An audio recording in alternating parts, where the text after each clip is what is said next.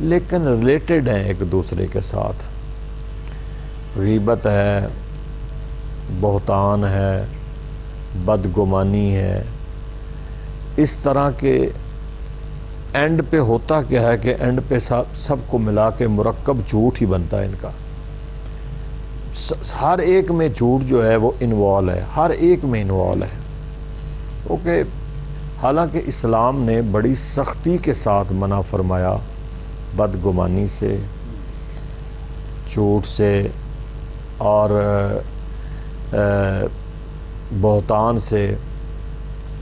ایک افواہوں کا ایک پل باندھ دیا جاتا ہے، سنی سنائی باتوں پہ انسان جو ہے ایسے نفرتیں پیدا کر لیتا ہے. اسلام نے ان چیزوں پہ بڑا سختی سے وعید بھی فرمائی ہے اور سختی سے منع بھی فرمایا ہے. دیکھنا یہ ہے کہ یہ ایک بدگمانی ہے کیا چیز ہے کہ ہم ایک منٹ میں کسی کی بات سن کے ہم بدگمان ہو جاتے ہیں. حالانکہ اسلام تو کہتا ہے کہ ریسرچ کرو، تحقیق کرو، اس کی تہہ تک، اس کی فاؤنڈیشن تک پہنچو، اس کے سارے سیاق و سباق کو دیکھو. تو ہم ایک منٹ میں بدگمانی اپنے اندر ایک پیدا کر لیتے ہیں کہ پتہ نہیں یہ کیسا ہوگا، یہ کیسا ہوگا، اس نے یہ بات کی ہوگی. ہم یہاں تک کہ ہم گوارا نہیں کرتے کہ اس سے پوچھ بھی لیں. ایک بندے نے آپ کو ایک سمپل سادی میں ایک مثال دیتا ہوں. ایک شخص نے آ کے مجھے بتایا آپ کے بارے میں کہ وہ بندہ یہ بات کر رہا تھا. میرے اندر تو ایک بدگمانی پیدا ہو گئی. مجھے چاہیے کہ میں کہوں ٹھیک ہے یار، پہلی بات تو یہ ہے کہ سنیں ہی نہ کسی کی عدم موجودگی میں. اگر آپ سن رہے ہیں تو اس کا مطلب آپ غیبت سن رہے ہیں اس کی. تو غیبت بھی تو کبائر گناہ میں شامل ہے. پہلی بات کہ سنیں ہی نہ. اگر آپ سن بھی لیا تو پھر آپ کو وہیں سٹاپ کر دیں. اپنا کوئی بھی اپنے کومنٹس نہ دیں جب تک اس سے پوچھ نہ لے. اور اگر ہم اپنے اندر یہ چیز پیدا کر لیں کہ کسی آگے اس بات کو ٹرانسفر کرنے سے پہلے، پھیلانے سے پہلے، جس کے متعلقہ ریلیٹڈ بات ہے ہم اگر پوچھ لیں تو میرا خیال ہے کہ یہ سارا نظام ہی ٹھیک ہو جائے. یہ نفرتیں ختم ہو جائیں گی.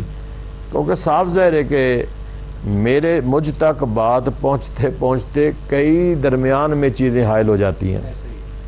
وہ بات کا بتنگڑ بن جاتا ہے اور وہ اتنا ایک جھوٹ انوالو ہو جاتا ہے. ہر ایک نے تھوڑے تھوڑے لوازمات کے ساتھ اس کو آگے جو ہے وہ بات کو وہ بتانا ہوتا ہے کہ تھوڑا تھوڑا حصہ جتنے درمیان میں ہوں گے تھوڑا تھوڑا حصہ ہر ایک کا پیدا ہو جائے گا. یہ کسی نے بھی اس کو نہیں کہنا کہ یار کم از کم مجھ سے پوچھ تو لیں. تو ہم مسلمان ہیں. یہ منافقین کی علامات ہیں. بیسیکلی یہ چیزیں منافقین کے اندر پائی جاتی ہیں. تو ہم تو اپنا دعویٰ کرتے ہیں کہ ہم تو مسلمان ہیں، ہم مومن ہیں. مومن اور منافق کے اندر فرق تو ہونا چاہیے.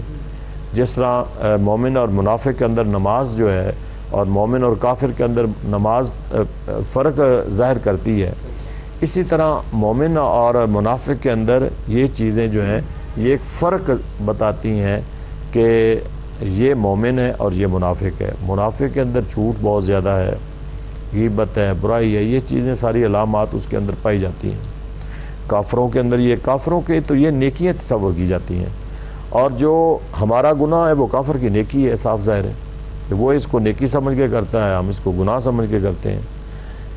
تو اس لیے ہمیں چاہیے کہ ہم ان چیزوں سے اجتناب کریں اور قرآن و سنت کے مطابق اگر کوئی بات آپ سے کرتا ہے تو آپ اس کی تحقیق کر لیں، اس سے پوچھ لیں کہ بھائی آپ نے میرے بارے یہ بات کی ہے کہ نہیں کی.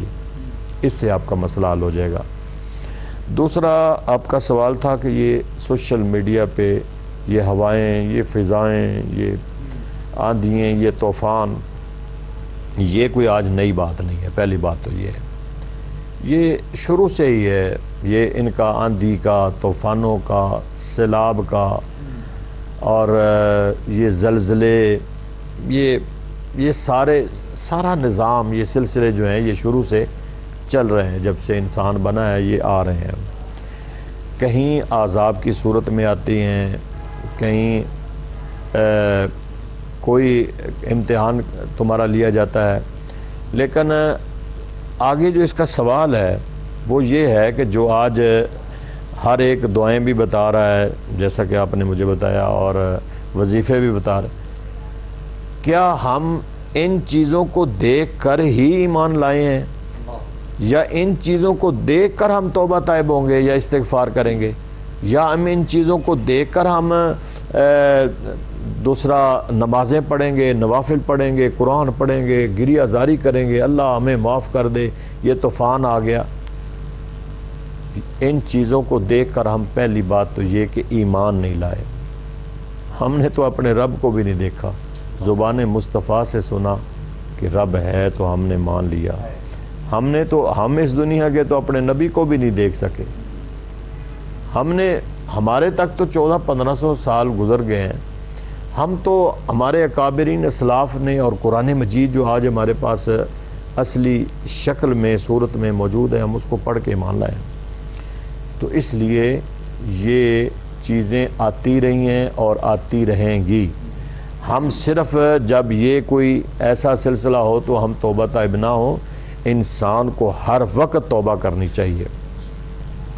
اب اس کے اندر مجھ سے نا کسی نے سوال پوچھا کہ استغفار زیادہ کرنی چاہیے یا تسبیح و تحلیل زیادہ کرنی چاہیے. تو میں نے چلو کہا کہ چلیں یہاں بیٹھ کے وہ اس کا جواب دیتے ہیں, سارے اس کا حل جو ہیں وہ دیکھ لیں گے. دیکھیں بات یہ ہے کہ وضو سے پہلے نماز نہیں ہوتی جب تک آپ اپنے آپ کو پاک نہ کریں. جب آپ پاک ہو جائیں گے تو پھر اللہ کے حضور میں تسبیح و تحلیل آپ کریں گے. اس لیے استغفار کرنے سے آپ پاک ہوتے ہیں. آپ توبہ طائب کرنے سے, استغفار کا مطلب کیا ہے کہ آپ اپنے گناہوں کی معافی مانگتے ہیں. آپ روحانی طور پر, جسمانی طور پر جب زیادہ کثرت سے استغفار کریں گے اور توبہ طائب ہوں گے, اللہ آپ کو معاف کر دے گا, آپ پاک ہو جائیں گے. تو پاک ہونے کے بعد پھر اللہ کی تسبیح و تحلیل کریں گے تو اس کا پھر زیادہ فائدہ ہوگا آپ کو کہ آپ نے پہلے توبہ کی ہے, استغفار کیا ہے اور اپنے گناہوں کی ندامت اور معافی مانگی ہے. اب اللہ کے حضور میں آپ سجدے میں پڑ گئے ہیں, آپ نے تسبیحات پڑھی ہیں, قرآن پڑھا ہے, نماز پڑھی ہے. تو اس لیے استغفار زیادہ سے زیادہ کرنی چاہیے. جب ٹائم ملے وہ کریں, اس کے بعد تسبیح و تحلیل کریں. تو میں سمجھتا ہوں کہ ہمیں ہر وقت تیار رہنا چاہیے. جو بندہ مومن ہے ان چیزوں کو, آندھیوں اور طوفانوں کو نہ دیکھیں, یہ آتے جاتے رہتے ہیں, گزر جاتے ہیں. اور پہلے جتنے بھی سابقہ امتیں گزری ہیں دیکھیں بڑی بڑی امتیں تباہ ہو گئی ہیں, ان پر اللہ کے عذاب نازل ہو گئے. اس لیے رسول اللہ صلی اللہ تعالیٰ علیہ وآلہ وسلم جب صحابہ کرام کے ساتھ جا رہے ہوتے تھے تو عذاب شدہ بستی آپ فرماتے تھے تیزی سے گزر جاؤ, یا تھوڑا سا سائڈ سے ہو کے گزر جاؤ, یا اس بستی, یہ عذاب شدہ بستی ہے, اللہ کا عذاب آیا اس جگہ پہ, تیزی سے صحابہ کرام کو حکم فرماتے کہ آپ یہاں سے گزر جائیں. تو صرف ان چیزوں کو دیکھ کر ہم توبہ طائب نہ ہوں. مومن کی یہ شان ہے کہ وہ اپنے ایک رائی برابر صغیرہ گناہ کو بھی سمجھے کہ یا اللہ مجھ سے بہت بڑا گناہ ہو گیا. یہ مومن کی پہچان ہے. وہ بڑا گناہ کر کے نہ کہے, چھوٹے سے چھوٹا رائی برابر بھی. تو ہمیں ہر وقت یہ آندھییں, یہ طوفان, یہ سیلاب, یہ سارے آتے جاتے رہیں گے اور آتے رہیں گے. ہماری بدعمالیوں کی وجہ سے جو کچھ ہم اس روئے زمین پر کر رہے ہیں, جو کچھ ہم نے نظام کو تباہ کر دیا, ہم نے بگاڑ دیا, قتل و غارت انتہا کی ہو گئی. کوئی چیز آج کے دور میں محفوظ نہیں ہے, نہ عزت محفوظ ہے, نہ ہمارا ایمان محفوظ ہے, نہ ہماری دولت محفوظ ہے. کوئی چیز محفوظ نہیں. حفاظت کس نے کرنی ہے؟ غیروں نے نہیں کرنی, ہم نے خود کرنی ہے. اگر ایمان کی حفاظت کرنی ہے تو ہم نے خود کرنی ہے. اپنے دین کی حفاظت کرنی ہے تو ہم نے خود کرنی ہے. اپنے قرآن کی حفاظت کرنی ہے تو ہم نے خود کرنی ہے. اپنے آپ کی حفاظت کرنی ہے تو ہم نے خود کرنی ہے. اپنے آپ کو ہم ٹھیک کریں, درست کریں. اور یہ صاف ظاہر ہے, یہ قحط سالیاں ہو جانی, قحط پڑ جانا, بارش کا مسلسل نہ ہونا یا بارش کا مسلسل ہوتے رہنا, یہ چیزیں ظاہر تو ہو رہا ہے کہ اللہ ہم سے ناراض ہے. تو اللہ آپ پہ وہ عذاب تو نازل نہیں کر رہا جو سابقہ امتوں پہ آئے ہیں, یہ تو ہمارے نبی صلی اللہ تعالی علیہ وسلم ہمارا عذاب نازل نہیں ہے تو ہم یعنی خدا نخواستہ اس عذاب کا یا ایسے جو ہے وہ مسائل کا کوئی انتظار کر رہے ہیں کہ ہم اپنے اعمال ایسے کر رہے ہیں کہ ایسے عذاب آئیں؟ اسی لیے میں نے عرض کیا ہے کہ ہم ان کو نہ دیکھیں کہ یہ چیزیں آئیں، یہ سیلاب، یہ آندھی، یہ طوفان، یہ زلزلے آئیں تو ہم توبہ کریں. یہ چیزیں کوئی کنڈیشن نہیں ہمارے لیے. ہم نے تو ان سے بچنا ہے. ہم نے بچنا کیسے ہے کہ ہم اپنے آپ کو سنبھالیں، اپنے دین کو، اپنے ایمان کو، اپنے آپ کو گناہوں سے محفوظ رکھیں. اس روئے زمین کی، یہ زمین ہمیں سب کچھ دیتی ہے. ہم اس زمین کے ساتھ کر کیا رہے ہیں؟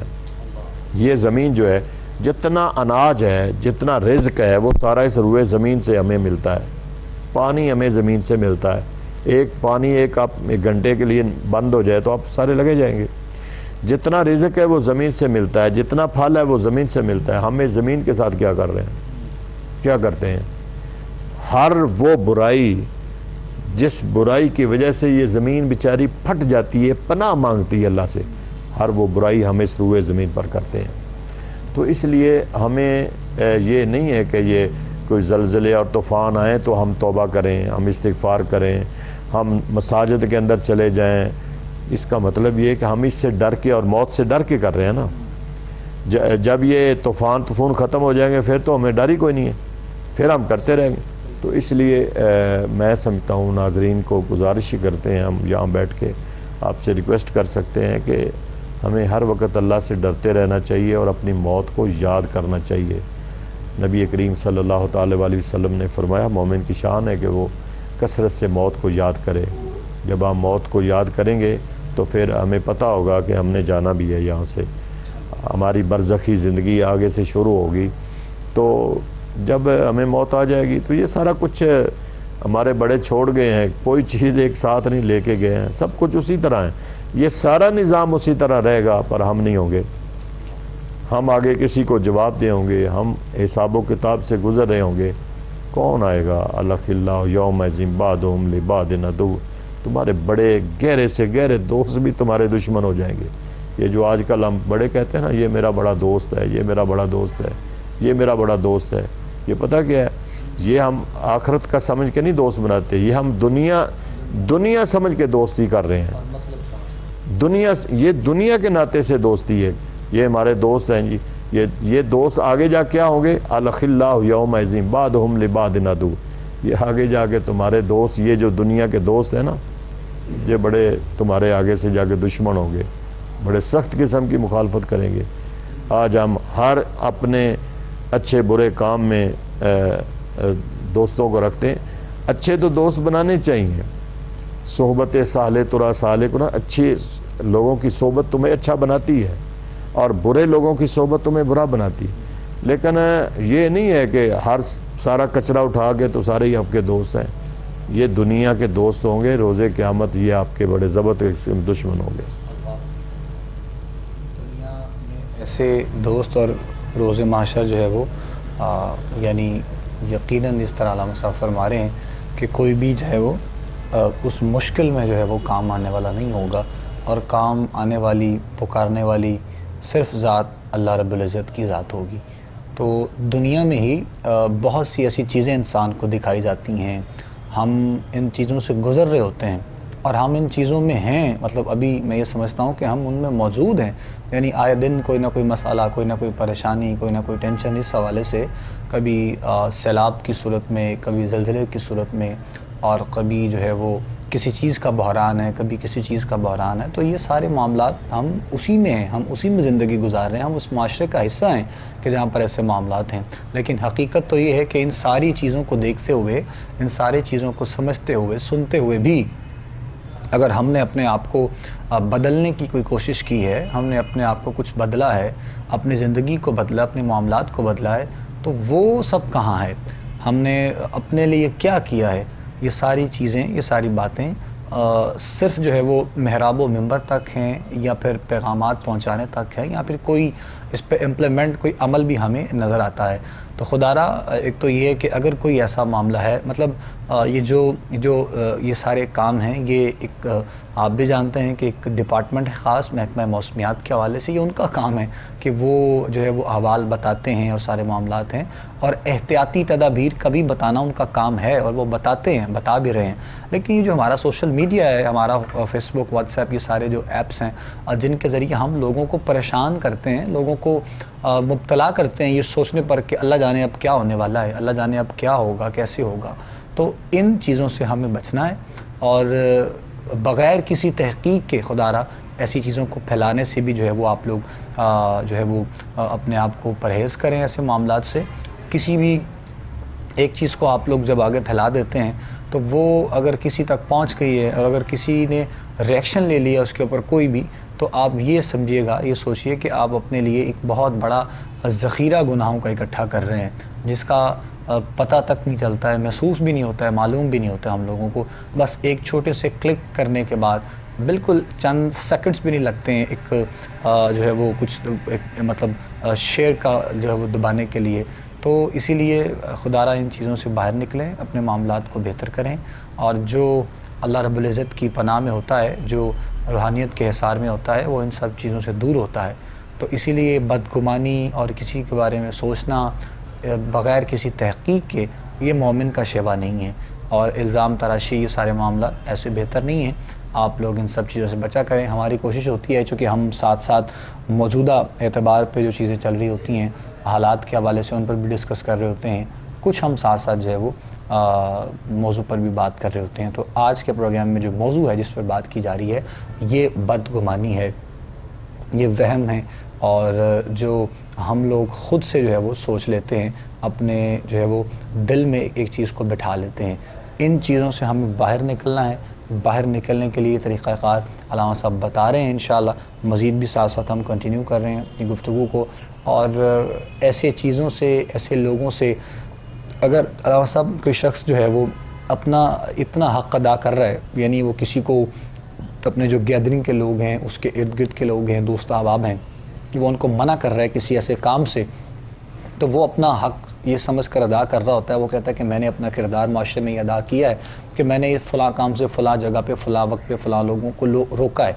تو کیا آیا اس کے بعد بھی، یہ سارا کرنے کے بعد بھی، کیا وہ اس زد میں ہے کہ وہ بھی ان کے ساتھ ملوث ہے ہر کام میں، ہر چیز میں، یا پھر وہ بری ذمہ ہے اللہ کی بارگاہ میں؟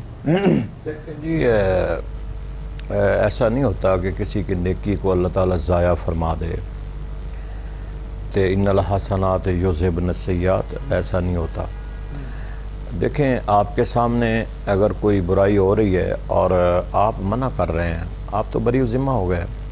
آپ نے قرآن کے مطابق آپ نے عمل کیا کہ تامرون بالمعروف وتنہون عن المنکر، کہ مومن کی تو یہ شان ہے کہ وہ اچھے کاموں کی طرف ترغیب دیتا ہے اور برے کاموں سے منع کرتا ہے۔ اب آپ نے تو قرآن کے مطابق عمل کیا نا، کہ آپ کے سامنے وہ برائی کر رہا ہے، کسی کی غیبت کر رہا ہے، کسی کے بارے میں بدگمانی پیدا کر رہا ہے۔ دوستوں کو بدگمانی ہمیشہ لڑاتی ہے آپس میں، کیونکہ یہ جتنی جنگیں، یہ جتنی لڑائیاں، یہ جو کچھ ہو رہا ہے، قتل و غارت، یہ بیسیکلی تو بدگمانی کی وجہ سے نا، کہ بدگمانی سے انسانوں کے اندر ایک نفرت پیدا ہوتی ہے، بدگمانی کے اندر ہی انسانوں کے اندر تفریق پیدا ہوتی ہے۔ ایک بھائی نے دوسرے بھائی کے بارے میں جا کے ایک بات بتا دی، اس کے ذہن میں ایک اتنی، ہمارے اندر ہم ماشاءاللہ بڑے، ویسے کہتے ہیں بڑے ایڈوانس معاشرے میں رہتے ہیں، بڑے پڑھے لکھے لوگ ہیں، لیکن ہمارے اندر اتنی طاقت نہیں ہے کہ اگر کوئی بات کر رہا ہے تو ہم جا کے اس سے پوچھ لیں۔ اور سب سے زیادہ بدگمانی ہمارے سیاستدانوں کے اندر پیدا کی جاتی ہے۔ یہ جتنے پولیٹیکل لوگ قسم کے ہوتے ہیں نا، ان کے بڑے چھوٹے ذہن ہوتے ہیں۔ کسی نے جا کے ایسے ہی وہ کیوں بیچارے بڑے بڑے عروج پہ ہوتے ہیں اور پتہ ہی نہیں لگتا، نیچے آ جاتے، کہ ایسے جا کے وہ کہتے ہیں فلاں آپ کے بارے میں یہ کر رہا تھا، حالانکہ اس بیچارے کو پتہ ہی نہیں ہوگا۔ جو فیر قسم کے، اچھا بدگمانی پیدا کون کرتے ہیں؟ وہ بھی منافق قسم کے لوگ ہوتے ہیں۔ جو اچھے لوگ ہوتے ہیں ان کو دور کرنے کے لیے اور اپنے آپ کو اس کے قریب کرنے کے لیے، اگر اس کے پاس سینس ہو تو وہ کہے کہ یار جن کے بارے یہ بات کر رہا ہے، میں اس سے پوچھ تو لوں کہ اس نے یہ کام کیا بھی ہے کہ نہیں کیا، لیکن نہیں، ہمیں آج کل ماشاءاللہ اللہ ماشاءاللہ ہمارا جتنا ہمارا بڑا طبقہ ہے، جتنے ہمارے پولیٹیکل قسم کے نظام اس زندگی کا حصہ ہیں بڑے بڑے، کیا ہوتا ہے ان کو کہ جو صبح و شام ان کے حاضری دیتا ہے، حضور سلام ایم این اے صاحب، ایم پی اے صاحب، جناب کیا آپ کو صدارت ملی، وہ جو صبح و شام ان کو سلام کر رہا ہے اور جھوٹی قسم کی ان کی تعریفیں کر رہا ہے، جھوٹی تعریفیں کر رہا ہے، تو وہ سمجھ رہا ہے کہ یار یہ بندہ میرے بڑے ہی میرے حق میں ٹھیک ہے، اور جو اس کو ملتا ہی نہیں ہے کہتا ہے یار وہ بڑا مغرورہ ہوا آدمی ہے، حالانکہ وہ مغرورہ ہوا آدمی نہیں ہے، اس کے اندر مغرور نہیں ہے، مغرور نہیں ہے۔ یہ بات ذہن میں بٹھا لیں کہ اگر آپ کو کوئی بندہ نہیں ملتا تو آپ سمجھیں کہ وہ اس کے اندر غرور ہے، نہیں، غرور نہیں ہے، وہ خوشامدی نہیں ہے، وہ تمہاری خوشامد نہیں کرنا چاہتا، وہ کہتا ہے یار اگر میں جاؤں گا تو میں بھی وہی کام کروں گا جو دوسرے کر رہے ہیں، وہ خوشامد نہیں کرنا چاہتا آپ کی، لیکن وہ آپ کے خلاف اور آپ کی برائی بھی نہیں کرتا ہے۔ جو برائی آپ کے 24 آورز شب و روز دن رات آپ کے شانہ بشانہ نال چلنے والے ہوتے ہیں، بھائی جان وعدہ معاف گواہ بھی وہی بنتے ہیں۔ قرآن نے تو پہلے ہی بتا دیا ہے، یہ دنیا میں وعدہ معاف آپ کے گواہ بنیں گے نا، دنیا میں دشمنی کریں گے نا، جتنے آپ نے راز دیے ہوئے ہوں گے ان کو۔ دوست ہوتا کیا کہ دوست اپنے دوست پر اعتبار کرتا ہے اور ساری راز کی باتیں کرتا ہے، جب مشکل وقت آتا ہے تو وہی دوست اس دنیا میں تمہارا وعدہ معاف گواہ بن جاتا ہے۔ وہ کہتا ہے جناب میں آئی وٹنس کے میرے ساتھ اس نے یہ باتیں کی ہیں، قرآن نے بتا دیا الاخلاء یومئذ بعضهم لبعض عدو، تمہارے گہرے سے گہرے دوست بھی روز قیامت تمہارے دشمن ہوں گے۔ یہ آج دنیا میں گہرا دوست تمہارے وعدہ معاف گواہ ہے، تم قرآن کے مطابق پھر بھی نہیں چل رہے، اور دنیا سے جانے کے بعد یہ بڑے تمہارے گہرے دوست ہیں، تم کہو گے یار یہ اتنا میرا دوست تھا، اتنا گہرا دوست تھا، سارا دن میرے ساتھ پھرتا تھا، آج میرے ساتھ گواہی دے رہا ہے۔ سلطانی صاحب یہ جو برائیاں ہیں نا، ہم سمجھتے ہیں کہ یہ گناہ ہی نہیں ہے، کسی کی غیبت کرنا، کسی پر بہتان ڈالنا، اور کسی کے بارے میں کسی کو ورغلانا، تہمت لگانا، ہم سمجھتے ہیں کہ شاید یہ گناہ ہی نہیں ہے، یہ کبیرہ گناہ ہے اسلام کے اندر، بہت بڑے گناہ ہیں۔ اور آپ سمجھتے ہیں کہ میں نے کسی کو تھپڑ مار دیا یہ گناہ ہے؟ اللہ کے بندو، انسانوں کو انسانوں سے لڑا دینا یہ سب سے بڑا گناہ ہے، اور انہی باتوں سے نفرت پیدا ہوتی ہے۔ مجھے بتائیں کہ دو بھائی ہیں، ان کے ساتھ اتنی ان کی محبت ہے، آپ ایک دل میں جا کے نفرت پیدا کر دیں دوسرے بھائی کی، آپ ساری زندگی بھی اللہ اللہ کرتے رہے نا، اللہ آپ کو پھر بھی معاف نہیں کرے گا۔ آپ تہجد پڑھ لیں، آپ نمازیں پڑھ لیں، جو کچھ مرضی کر لیں، اگر میرے بھائی آپ نے دو بھائیوں کے درمیان نفرت پیدا کر دی، ان کو لڑا دیا آپس میں، تو یہ نمازیں یہ سب کچھ تمہارے منہ پہ مار دیا جائے گا۔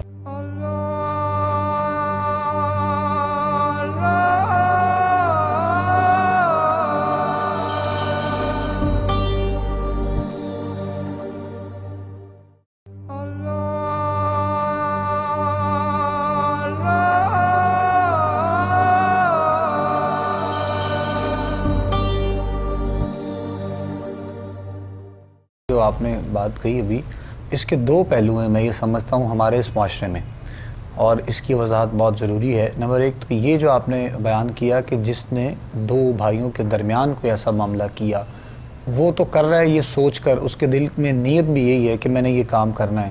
اگر کچھ دوست احباب آپس میں بیٹھتے ہیں، اکٹھے ہیں آج کل، تو اگر ان میں سے کوئی ایک دوست مطلب سب کے درمیان میں کوئی ایک بات بس اس کی نیت بس یہ ہو کہ یہ ڈسکشن ہونی چاہیے کسی نہ کسی ٹاپک پر نیگیٹو طریقے سے، اس کے دل میں یہ نہ ہو کہ میں ان کو لڑائی جھگڑا کرواؤں، لیکن وہ بات بڑھتے بڑھتے پھر ایک لڑائی تک پہنچ جائے اگر، تو اس میں اس بندے کا عمل اور کردار کیا ہے؟ اصل میں بھائی جان نیگیٹو گفتگو کوئی ثواب نہیں ہے، نیگیٹو گفتگو ہی گناہ ہے۔ کیوں کرو گے نیگیٹو گفتگو؟ کس کے بارے میں کرو گے؟ وہ شخص جو وہاں موجود نہیں ہے، اسی کے بارے کرو گے نا. جو وہاں موجود نہیں ہے اس کے بارے میں اگر آپ کریں گے تو آٹومیٹیکلی تو یہ غیبت بن جائے گی. غیبت بن جائے گی, بالکل ٹھیک. تو یہ نیگیٹو گفتگو اپنے بھائی کے بارے میں کر رہے ہو جو وہاں موجود نہیں ہے, آپ غیبت کر رہے ہیں, اپنے مرے ہوئے بھائی کا گوشت کھا رہے ہیں. آپ حدیثوں میں ان کی وعید تو پڑھیں. ہم تو صرف آپ لوگوں کو ڈراتے نہیں ہیں, آپ نوید ہی نوید ہم سناتے رہتے ہیں کہ سرکار کے امتی ہیں, غلام ہیں, اللہ کے بندو. یہ نماز اگر ہم پڑھتے ہیں تو اپنی ذات کو فائدہ دیتے ہیں, نفل پڑھتے ہیں تو اپنی ذات کو فائدہ دیتے ہیں, یہ قرآن پڑھتے ہیں تو اپنی ذات کو فائدہ دیتے ہیں. یہ تو دیکھیں نا کہ اگر آپ نے اپنے دوستوں کے اندر لڑائی پیدا کر دی, نفرتیں پیدا کر دیں, بھائیوں کے درمیان نفرت پیدا کر دی, خاندان کے درمیان پیدا کر دی. کچھ شیطان ایسے ہوتے ہیں جو خاندان پورے لڑا دیتے ہیں, گھروں کا گھر صفایا کر دیتے ہیں. کیا کرتے ہیں وہ موزر نہیں چلاتے ہیں, کوئی وہاں جا کے کوئی تلوار نہیں استعمال کرتے ہیں. یہی وہ زبان سے اتنی نفرت پیدا کر دیتے ہیں کہ ایک بھائی کے ایک کی طرف گیا, اسے کہا یار تمہارے بارے یہ بات کر رہا تھا, وہ اتنا اب دیکھیں نا کہ یہ ذہن ہے ہمارا, مائنڈ ہے, کچا ہے نا. ہم اتنے پکے مسلمان بھی نہیں ہیں کہ ہم جا کے پوچھ لیں. اگر 2-4 دن اگر ایک بندہ آپ کا بڑا گہرا دوست ہے, وہ آپ کو بار بار یہ کہتا رہے گا, آٹومیٹیکلی آپ کا مائنڈ سیٹ ہو جائے گا, نفرت پیدا ہو جائے گی. اور یہ ایک شیطانی عمل ہے. شیطان نے اس کی ڈیوٹی لگائی ہے کہ تو نے اس کے اندر نفرت پیدا کرنی. اسی طرح وہ دوسرے کے پاس جائے گا, جب وہ نفرت ایک طرف پیدا ہو جائے گی وہ اسے ملنا چھوڑ دے گا, وہ کوئی نہ کوئی بات وہ بھی بیچارہ کر دے گا, یا اس فون کرنا چھوڑ دے گا, دوسرے کو کہے گا یار وہ تمہارے بارے یہ باتیں کر رہا تھا, دیکھو نا اس نے ملنا بھی چھوڑ دیا, فون کر. تو ساری زندگی نمازیں پڑھتے رہو اللہ کے بندو. یہ برائی جو ہے نا, یہ برائی یہ تمہاری ساری عبادت کو کھا جائے گی. کہ آپ خاندانوں کو بچائیں, آپ یہ بدگمانی جو ہے اس کو ختم کریں اپنے اندر سے. آپ کو کچھ نہیں ملے گا, کوئی ظاہری آپ کو فائدہ نہیں ہوگا, لیکن آپ کی ساری عبادات ختم ہو جائیں گی. آپ کی دنیا بھی تباہ ہو جائے گی اور آپ کی آخرت تو تباہ ہونی ہے. وہ تو پوچھا جائے گا کہ آپ نے خاندان کو لڑا دیا, آپ نے 2 بھائیوں کے اندر نفرت پیدا کر دی, اس کا حساب تو دینا پڑے گا. اور یہ کبائر گناہ میں یہ چیز شامل ہے. اس لیے وہ کام مت کریں کہ جس کا آپ کو فائدہ نہیں ہے.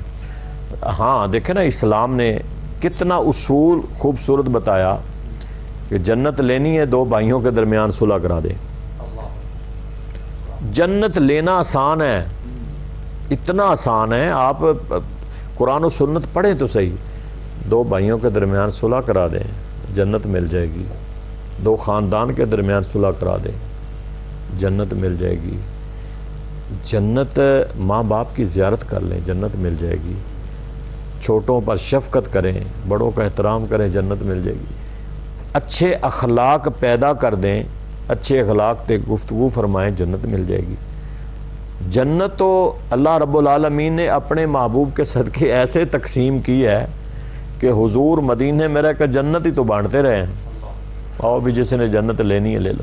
تو اس لیے میں سمجھتا ہوں کہ یہ ہمارے اندر جو برائیاں موجود ہیں, پھر ہم کہتے ہیں ہماری دعائیں قبول نہیں ہوتی, ہم کہتے ہیں ہمارے چہروں پہ رونق نہیں ہے, ہمارے رزق میں بڑی بے برکتی پیدا ہو گئی ہے, ہمارے گھروں میں بالکل برکت نہیں ہے, ہمارے رزق میں برکت نہیں ہے, ہم بڑے پریشان ہیں.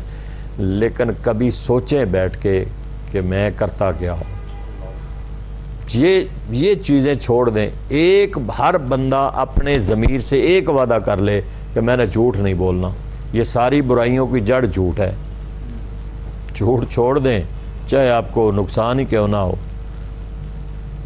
بس پاکستان میں تو ویسے نقصان ہی نقصان ہے. عدالتوں میں جائیں تو اللہ معاف کرے ہم سب کو. جو بیچارہ سچ بول رہا ہوتا ہے اسے اسی وقت سزا, جو جھوٹ بول رہا ہوتا ہے وہ بچ جاتا ہے بیچارہ.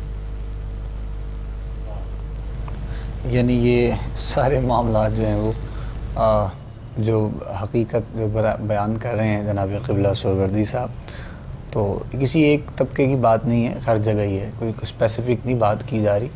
ظاہر ہے ہر جگہ پر یہ معاملات جو ہمیں پیش آتے ہیں. نظام عدل جب تباہ ہو جائے گا تو اس کے بعد ساری تباہی ہے، ساری تباہی. ہمارا پاکستان کا نظام عدل تباہ ہو گیا بیسکلی، بالکل ایسے ہی.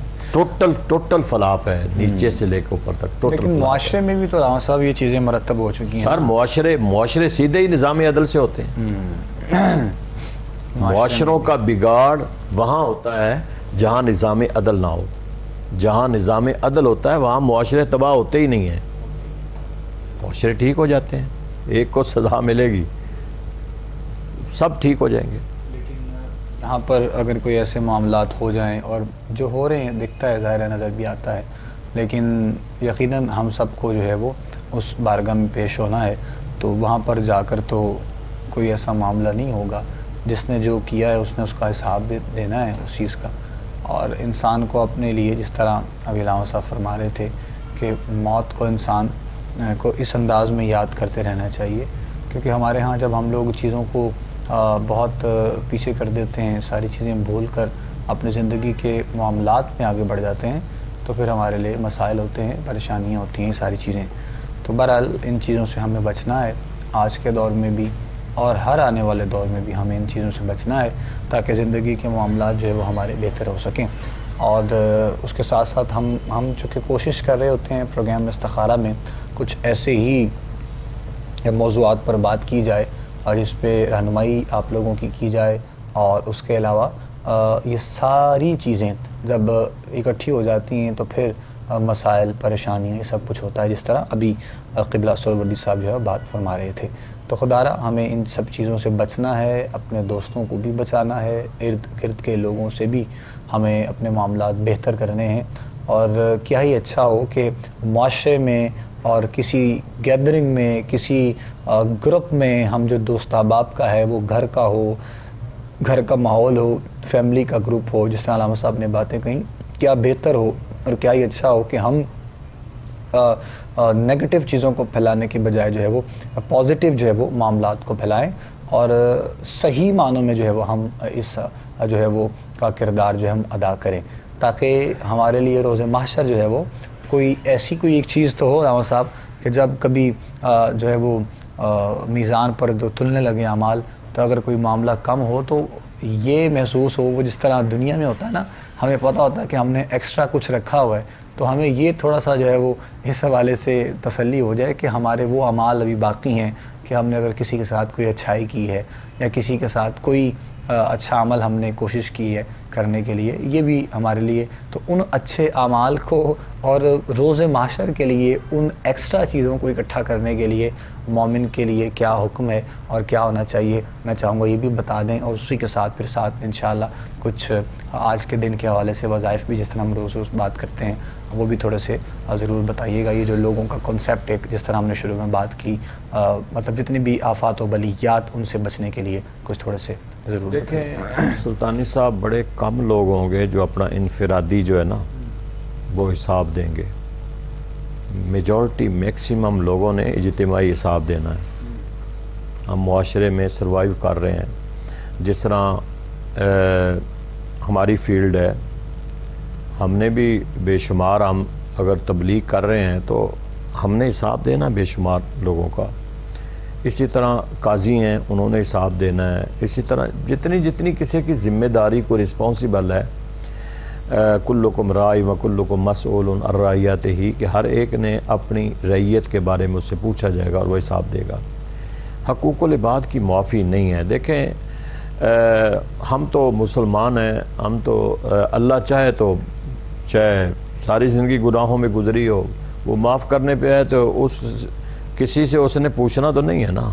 وہ تو غفور و رحیم ہے، وہ چاہے تو بڑے سے بڑے گناہ گاروں کو بھی معاف کر دے، نہ چاہے تو نیکوکاروں کو پکڑ لے. یہ اس کا تو نظام عدل ہے.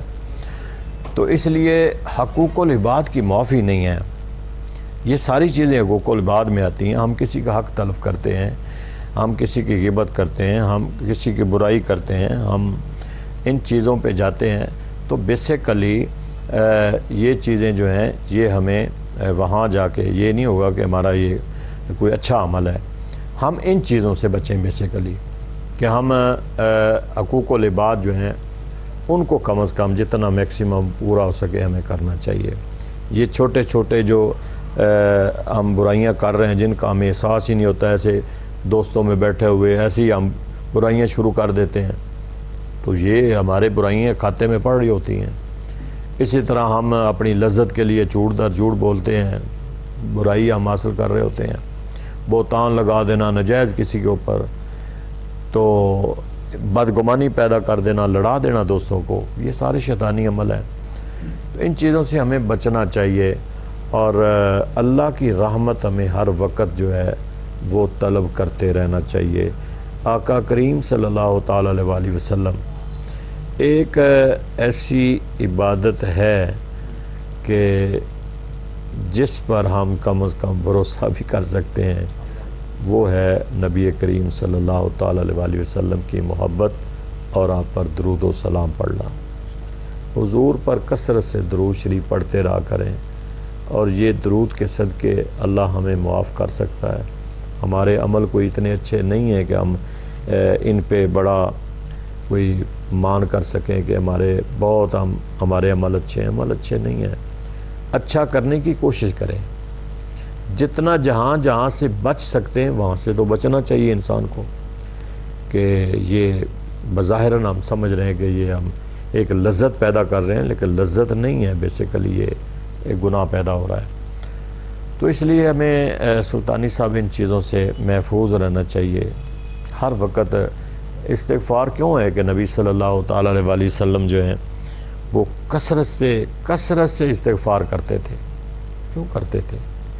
ہمیں بھی کرنا چاہیے. ہم تو وہ اللہ کے رسول تو رحمت للعالمین ہیں، سارے انبیاء کرام کی جماعت معصوم ہے، لیکن ہم تو گناہ گار ہیں.